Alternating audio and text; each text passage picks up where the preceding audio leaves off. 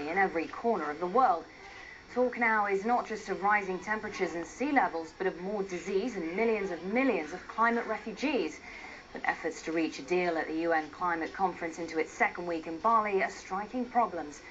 The US and China, the top two polluters, say they're not ready to commit to mandatory cuts on global warming gases.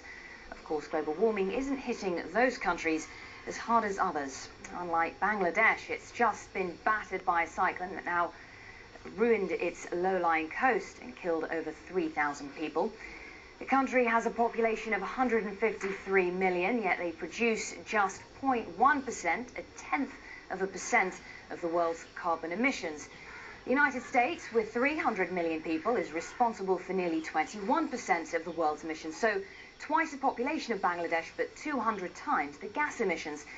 One more figure to show the inequality: the planet's poorest billion people account for just 3% of gas emissions, but it's they who suffer the most.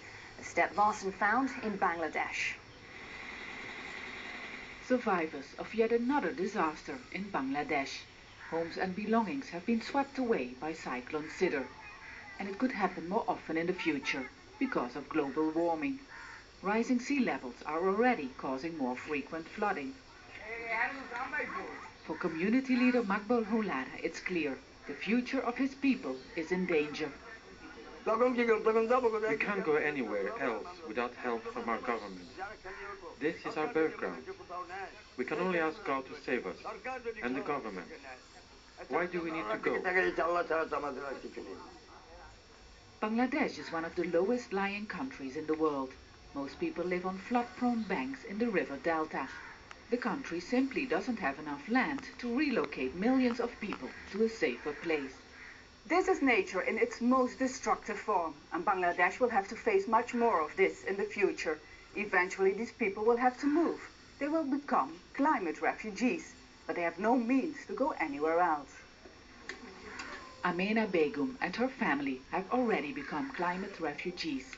After their house on the riverbank was washed away for the fourth time, they decided to move.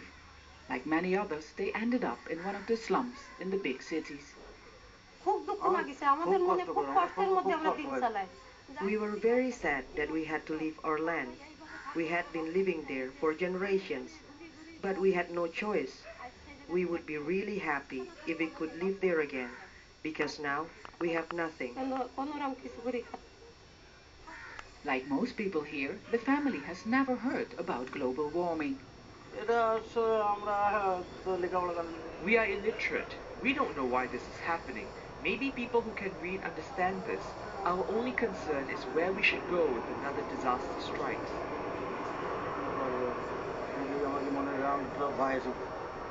Climate change researcher Qazi Ahmad says he's disappointed that the wealthy countries responsible for this misery are not helping Bangladesh. This is something they cannot do themselves. International assistance is absolutely necessary, and Bangladesh being in the front line of the climatic change impacts in a severe way, that has to be taken into account for the world community. Slowly but surely, people on the riverbanks are starting to realize who is to blame for their suffering. We have become victims because foreigners are using all that machinery, and that's why the climate is changing, and we suffer. Makbul Houlada and his people know that time is running out for them. They predict that in 20 years from now, the river will have taken over their village. Step Varson, Al Jazeera, South Kali, Bangladesh.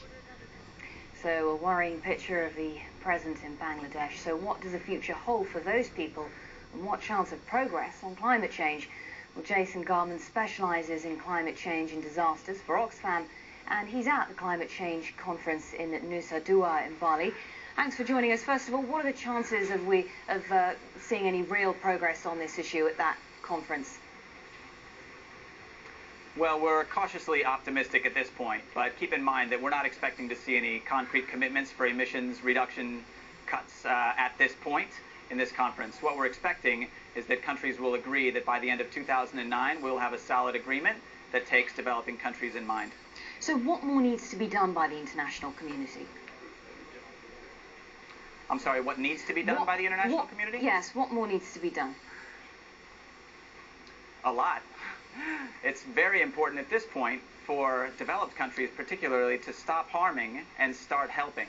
Stop harming means dramatically and rapidly cutting their global warming pollution, and start helping means that the principle of justice demands that these developed countries who have caused the great bulk of carbon pollution start helping developing countries who primarily didn't cause this pollution and can't afford to adapt. We need money for them to help adapt. So what exactly do they need to do in practical terms? Is it just a question of governments committing money to the cause? Well, there are many things that need to happen. Money is a big one. Right now, there's something called the Adaptation Fund, and that's one of the things that's being negotiated here is the setup of the fund.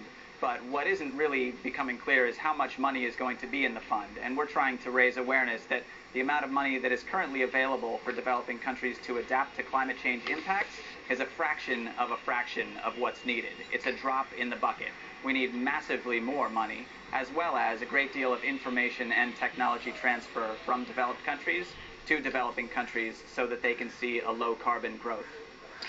But already you have countries like the US and China saying they're not prepared to commit to any significant cuts on global warming gases. And then, of course, you have governments like India who have perhaps more pressing problems to deal with.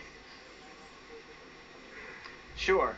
Oxfam believes it's important to highlight the differentiation that's necessary here. There are developing countries who are creating quite a lot of emissions right now, but the emissions per capita are very small compared to what the rich developed countries are producing, and their historical responsibility for climate change is much less than, say, the US and the EU. Jason Garman, thanks very much indeed for joining us. And you can keep